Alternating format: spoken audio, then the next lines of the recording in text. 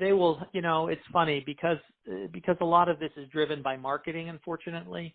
The websites are going to refer simply to, I remember I was at Pentex for years, and there was a big fight over, is 1080i better than 720p? And just, it played all sorts of, not they meaning Olympus, but Olympus, Pentex, all of them, played marketing games with regards to how many pixels are at the end of your scope, and what's the video technique, whether it's 720 progressive or it's 1080 interlaced. And unfortunately, that's the level of technology that the gastroenterologist stops at. Going into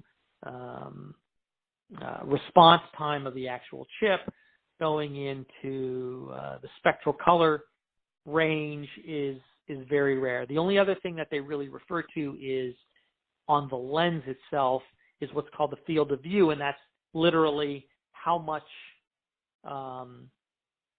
to the left and to the right can the endoscope see at any one time. And that's simply an optical property with regards to, again, looking, seeing how much of the colon, that's where it's going to be the largest. You'll have the largest field of view on a colonoscope.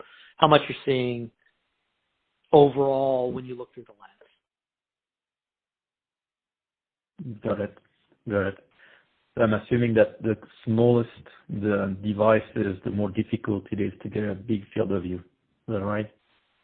That is absolutely correct. It really makes it difficult for, say, the only place where it really matters is in the stomach, because the stomach is an incredibly large cavity and a gastroscope is relatively thin. When you look at a bronchoscope and you're looking through the lungs or you're looking through the colon, you're looking essentially down a pipe, down a cylinder, down a tube, and that's not as big a deal as when you're looking inside the stomach and you've got the whole stomach cavity lit up. But the difficulty with field of view for, say, a colonoscope is that a colon is not a perfectly flat, it's not a perfectly smooth-walled tube.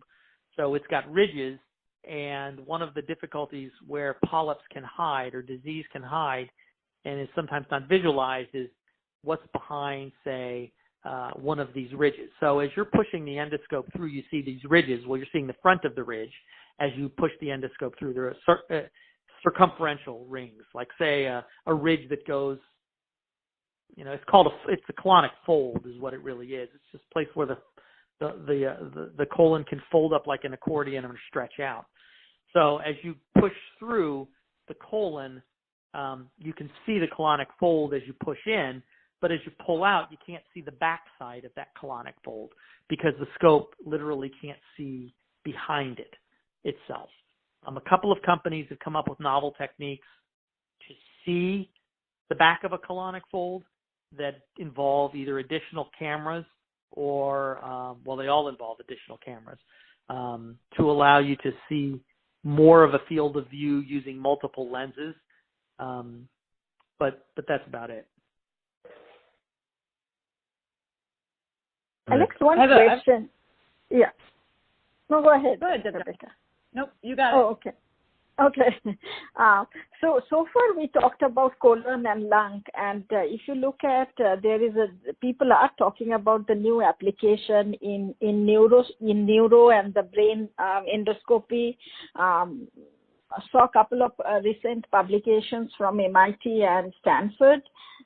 So do you think that as people come up with new procedures for neuro, will the specification going to change, or the similar endoscope can do the job in neuro?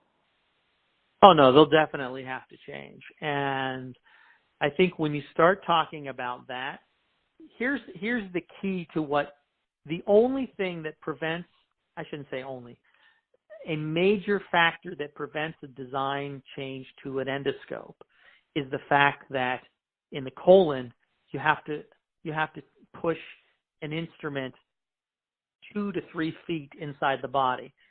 In the stomach, you're pushing in 1.5 feet or 2 feet. Even in the lungs, you're pushing 1 foot down to get into that organ.